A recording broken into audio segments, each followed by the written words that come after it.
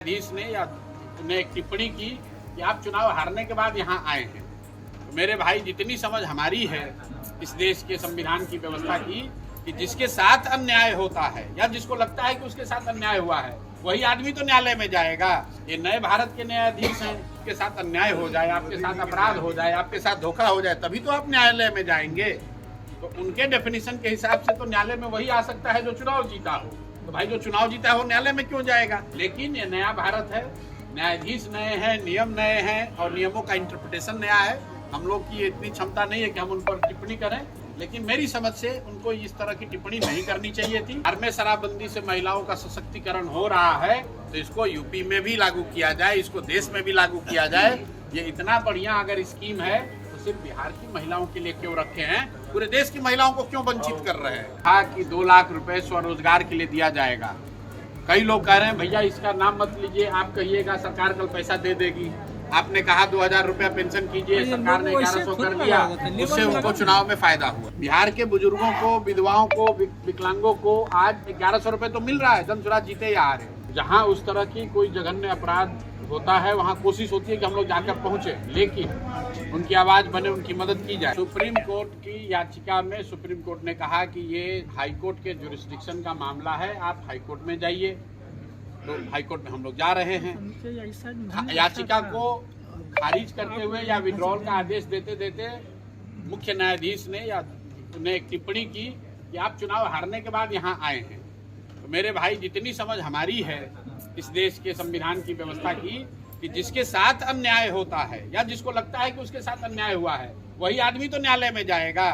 लेकिन ये नया भारत है, ये नए भारत के न्यायाधीश हैं, तो विथ ऑल ड्यू रिस्पेक्ट उनको ये टिप्पणी उन्होंने क्यों की वो जाने कि भाई हारा हुआ आदमी ही तो आपके पास आएगा। वो कहते नहीं आप हार गए इसलिए हमारे यहाँ मत आइए, ये तो कोई तर्क नहीं हुआ। अगर आपके साथ अन्याय हो जाए, आपके साथ अपराध हो जाए, आपके साथ धोखा हो जाए, तभी तो आप न्यायालय में जाएंगे। तो उनके डेफिनेशन के हिसाब से तो न्यायालय में वही आ सकता है जो चुनाव जीता हो। तो भाई, जो चुनाव जीता हो न्यायालय में क्यों जाएगा? जिसको ऐसा लगता है कि उसको गलत तरीके से चुनाव हराया गया है वही तो न्यायालय में जाएगा। लेकिन ये नया भारत है, न्यायाधीश नए हैं, नियम नए हैं और नियमों का इंटरप्रिटेशन नया है। हम लोग की इतनी क्षमता नहीं है कि हम उन पर टिप्पणी करें, लेकिन मेरी समझ से उनको इस तरह की टिप्पणी नहीं करनी चाहिए थी। रह गई बात जुरिस्डिक्शन की, वो जुरिस्डिक्शन हाईकोर्ट का है, उन्होंने ये बताया तो हम लोग हाईकोर्ट में उसको रिट दायर करने की बात कर रहे हैं। एनडीए का फिर वही बात, सरकार में एनडीए है, 200 से ज्यादा उनके विधायक है, पुनर्विचार करने की मांग क्या उठानी है? पुनर्विचार करके दिखाइए, हटा के दिखाइए। और मेरा साथ ही मांग है कि अगर बिहार में शराबबंदी से महिलाओं का सशक्तिकरण हो रहा है तो इसको यूपी में भी लागू किया जाए, इसको देश में भी लागू किया जाए। ये इतना बढ़िया अगर स्कीम है तो सिर्फ बिहार की महिलाओं के लिए क्यों रखे हैं? पूरे देश की महिलाओं को क्यों वंचित कर रहे हैं? उनको भी इसका फायदा मिलना चाहिए। एनडीए की सरकार बिहार में भी है और एनडीए की सरकार दिल्ली में भी है।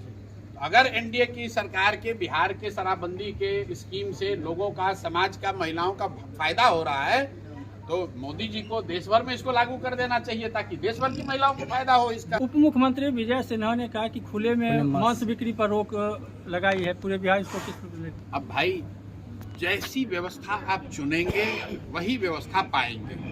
3 बरस से जनसुराज में एक ही बात बताई जा रही है, जो बोओगे वो काटोगे। अगर आप इस तरह के लोगों को चुनेंगे, एनडीए की सरकार बनाएंगे तो एनडीए के एजेंडा पर ही चलेगा।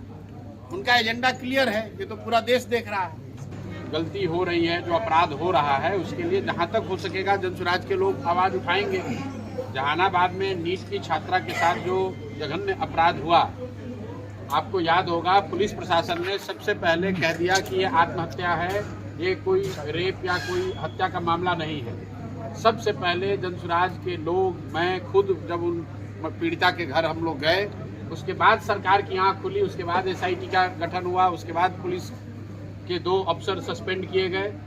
तो जहां उस तरह की कोई जघन्य अपराध होता है वहां कोशिश होती है कि हम लोग जाकर पहुंचे, लेकिन उनकी आवाज बने, उनकी मदद की जाए। लेकिन जो सरकारी व्यवस्था है वो तो अभी जनता ने चुनकर बनाया है। हम लोग 3 बरस से यही बात बताने की कोशिश कर रहे थे कि अगर आप बबूल बोइएगा तो आम नहीं खा सकते हैं।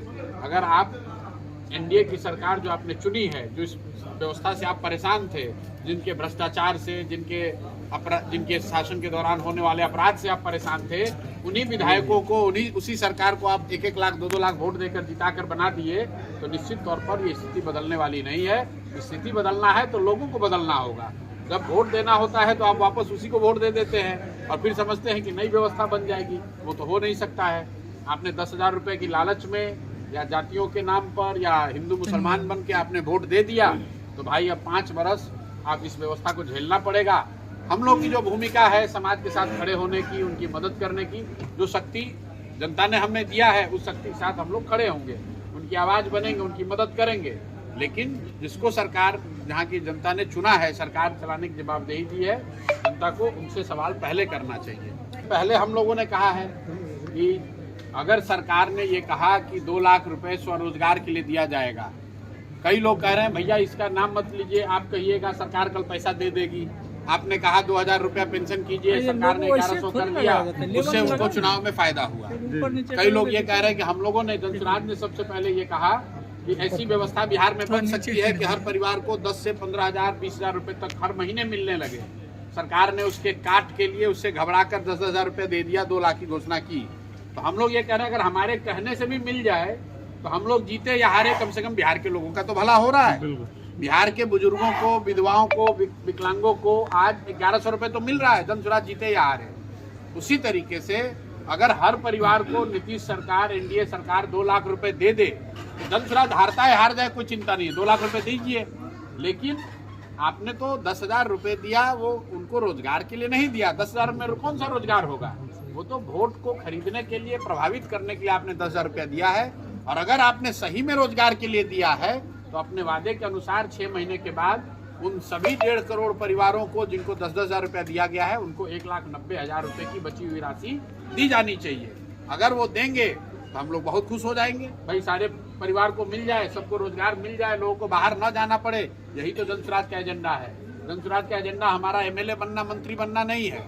अगर बिहार के 1.5 करोड़ परिवार को 2-2 लाख रुपए मिल जाए, उनको स्वरोजगार हो जाए, उनके बच्चों को पलायन न करना पड़े, तो जनसुराज के जीतने की कोई जरूरत नहीं है। जो सरकार 2-2 लाख रुपए दे सकती है 1.5 करोड़ परिवारों को, उसी को ही सत्ता में रहना चाहिए। लेकिन अगर आप नहीं दे पा रहे हैं, इसका मतलब आपने जनता के आंख में धूल झोंका है, उनसे ठगी की है, उनके वोट को, गरीब लोगों को लालच दिखाकर वोट खरीदा है। वैसी स्थिति में 6 महीने के बाद अगर आप पैसा नहीं देते हैं तो जनसुराज उन लोगों के साथ खड़ा होगा और सरकार के खिलाफ जो कुछ भी बन पड़ेगा, आंदोलन बन पड़ेगा, जो हल्ला करना होगा, जो आवाज उठानी होगी, वो सब कुछ किया जाएगा।